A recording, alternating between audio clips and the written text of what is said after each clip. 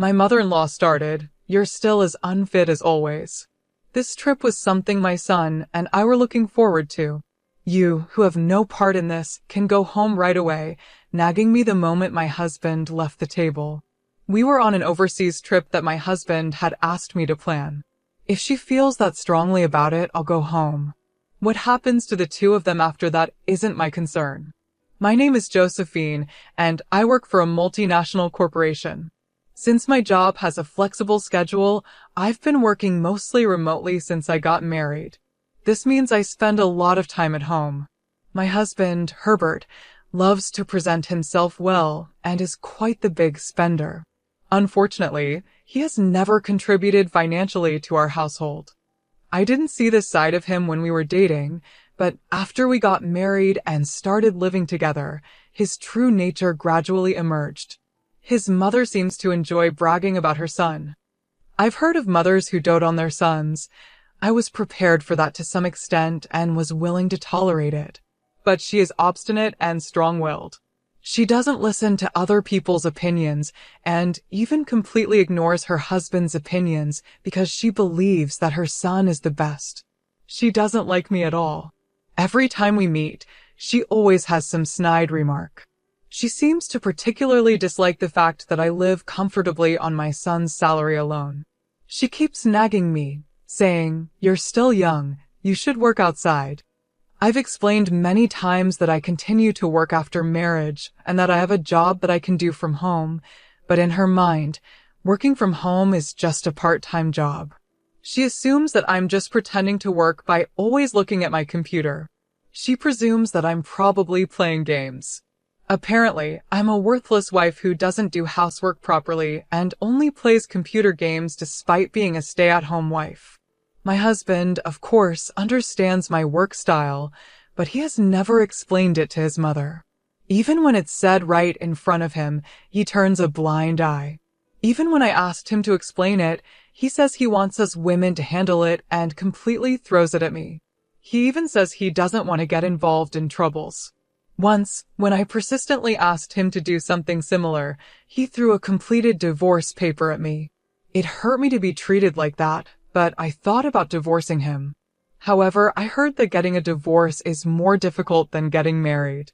It would be a problem if it were more difficult than the current situation, so I ended up giving in to my husband's argument. I understood that my husband prioritizes his mother in everything. It's frustrating, but I feel like I need to find a way to deal with her while skillfully deflecting her. I didn't agree to divorce because of this change in my feelings, but it seems that my husband thinks I'm head over heels for him. I didn't want to break up, but his pompous attitude is getting worse day by day. It's cute when a child tries to act grown up, but when an adult does it, it's rather a turn-off. I've learned to ignore his pompous words and act as if I haven't seen his actions. There is another reason why I didn't divorce him. Due to my husband's job, we live quite a distance from my in-laws. We meet once a year or at most twice a year. I thought I could tolerate that much. While the world was making a fuss about having 9 consecutive days off if you take a vacation on weekdays, both my husband and I were working. In my case, American holidays don't matter much because I adjust my schedule according to international circumstances. As for my husband, it's just that he wasn't taking 9 consecutive days off according to the calendar. When he returned home after his first day back at work, he announced, "Let's go on an overseas trip."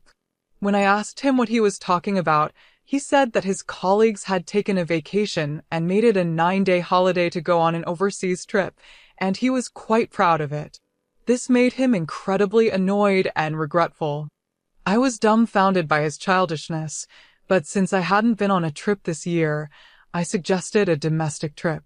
The reason being, my husband has no experience with overseas trips, so if we were to go overseas, he would have to apply for a passport.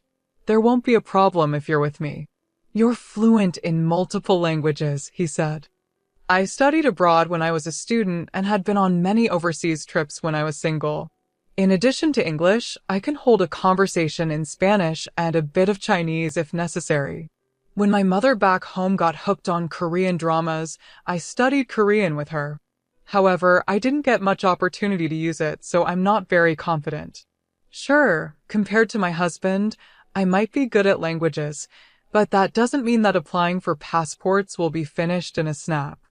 I tried to persuade him to go abroad during the summer or winter, but he wouldn't listen at all. On the contrary, despite having no experience, he decided on the country to visit, took leave without permission, and told me to make it work on the schedule. It's not a tour. Why should I have to act with strangers? He declared. Furthermore, he stated that English is a universal language and that we should have no problem if it's just the two of us.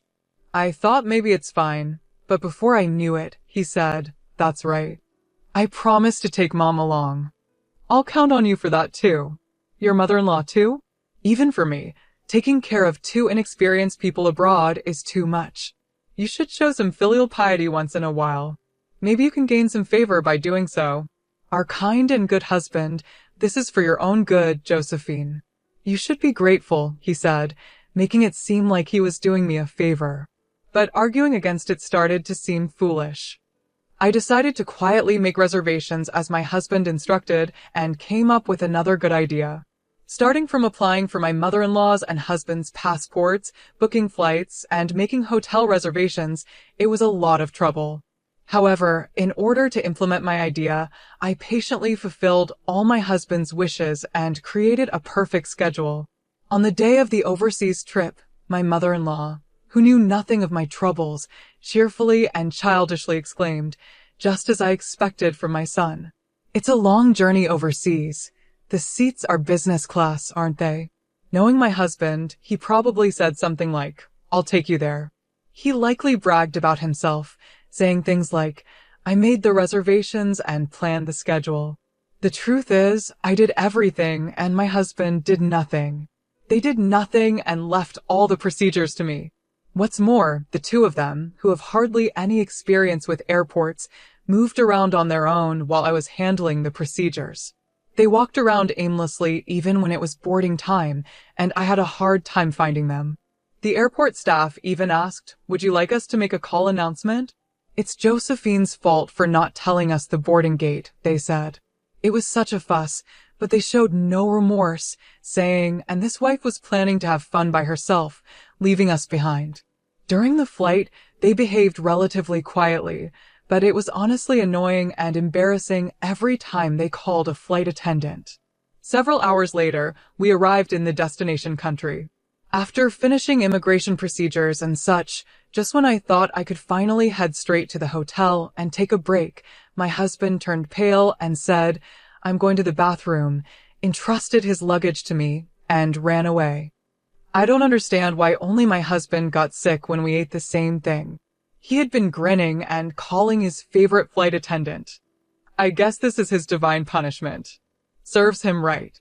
Josephine, you really are an inconsiderate daughter-in-law. How long are you planning to stay here, huh? This trip, my son planned it for me. It's a mother-son trip without the need for a daughter-in-law. You're a money grabber who doesn't even work. How brazen of you to think you can enjoy this trip for free. Go home now. Are you sure?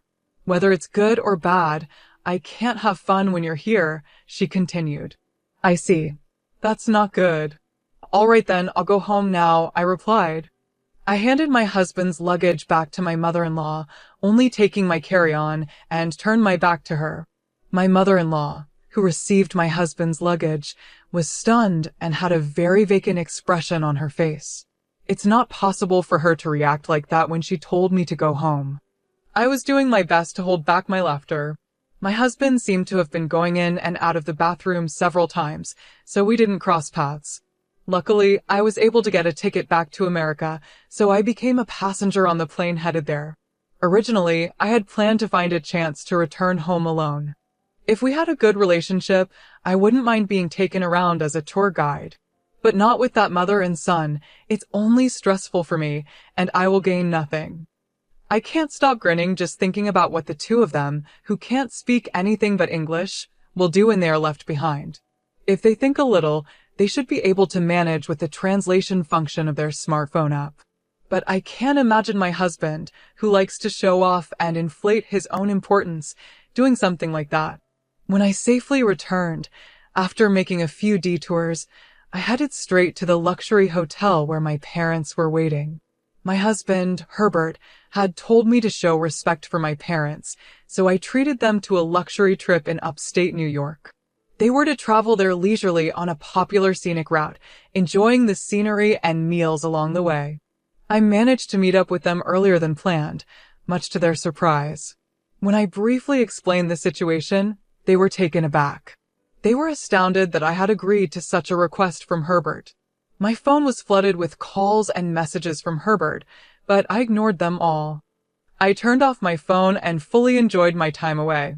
After partying with my parents and getting home, I got a call from the embassy. According to their explanation, Herbert had returned from the restroom to find my mother-in-law sitting alone. Despite being surprised that I was not there, he was livid. He tried to contact me, but couldn't get through, so he decided to make his way to the hotel by himself. However, not knowing where to go, he was visibly flustered. When a kind person spoke to him in broken English, he was led away after being told that they knew the place and would take him there, only to be robbed of all his money, passport, and valuables. My mother-in-law was even stripped of her jewelry. When he was found standing on the street looking destitute, the police picked him up and referred him to the embassy for help. That's how he was able to contact me. The embassy official asked me to come and pick him up, but he couldn't withdraw money because his wallet, which contained his bank cards, had been stolen. However, I asked why I, a stranger, had to do that. I explained that I was already divorced from the man who was there. The truth was, I had kept the divorce papers he had thrown at me some time ago.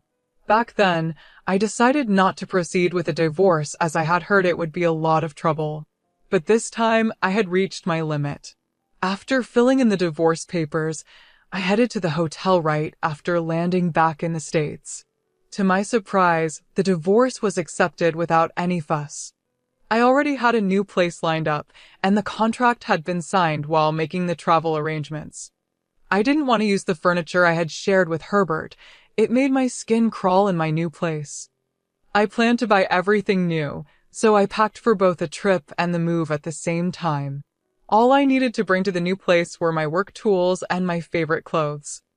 I could easily have everything else sent by courier at a specified date and time. The embassy staff did not ask anything more from me, and the conversation ended. Later, it seems my former mother-in-law had pleaded with my former father-in-law, and with his help, my ex-husband Herbert and ex-mother-in-law were able to return to the States. However, Herbert, who had blown his top, contacted me. "You left me and divorced me without my knowledge." "Abandoned?" "No, I just obeyed your mother's instructions to leave. If you have any complaints, talk to your mom. And please consider the business class flight I arranged for you on your return as my farewell gift." I also reminded him that he was the one who had first brought up the divorce papers. I only filed the divorce papers he had prepared, fulfilling his wish for a divorce. Do you think such sophistry will work? How much more do you want to embarrass me? Embarrassed? How so? If you want to feel embarrassed, I have a better story. Want to hear it? What is it? Well, did you know you're a regular at an adult entertainment club? You're pretty invested in a favorite girl there, aren't you? Rather than contributing money to the household, you are heavily splurging on her. But you ended up in debt when her demands escalated, right? I had an investigation agency look into a debt collection letter addressed to Herbert that had been delivered to our house. Although Herbert was a good spender, his obsessive behavior seemed to be a turnoff. His favorite girl's true feelings were that she thought he would eventually stop coming if she kept asking for more money and expensive gifts. I wondered what Herbert felt when he heard that. That's quite an embarrassing story, isn't it? If you make any more fuss or contact me again, I'll spill the beans to your company. Got it. Being disliked by the girl he was infatuated with would be an unbearable humiliation for Herbert, considering his personality. If this became known, it would be a great embarrassment. Herbert, who until now had been aggressive, just said, "Got it," in a feeble voice and ended the call. A few days later, my ex-father-in-law contacted me. He told me he had also divorced his wife, My ex-mother-in-law. I thought it was unnecessary as we were no longer related, but it seems he contacted me to expose my ex-mother-in-law's true nature. As we both had been treated poorly by her, my former father-in-law, suspicious of his wife's behavior, investigated while she was out and discovered that his retirement savings had been depleted. The money was apparently spent on beauty treatments and cosmetic procedures. As I'm not familiar with such things, I was totally unaware. When asked for a woman's perspective, I was stumped because I hadn't noticed it either. I guess seeing someone only once a year makes changes less noticeable, but I truly hadn't picked up on anything. I even asked my former father-in-law, "Are you sure?" "It's for beauty treatments." She seems to have sunk quite a bit into it, but there's no visible change. Perhaps there were slight changes that only my former mother-in-law could notice. It felt like throwing money down the drain. Naturally, my former mother-in-law, who was kicked out, turned to her son Herbert. However, Herbert, the backbone of the family, is up to his eyeballs in debt after his divorce from me. He even lost his apartment for failing to pay the rent. Now he and his mother seem to be living in a drafty, run-down apartment. Yet, his mother has no intention of working and won't quit her beauty treatments. On top of repaying his debts, the burden of his mother's beauty expenses is weighing heavily on Herbert, who I hear is working around the clock. It looks like the desire to appear larger than life doesn't fade, even when living standards drop. If they're happy with it, I'll keep quiet. But I've heard rumors that the beauty treatments aren't as good, and she's aged a lot. As for me, I cherish the present moment when I can relax and improve my work without anyone dictating to me.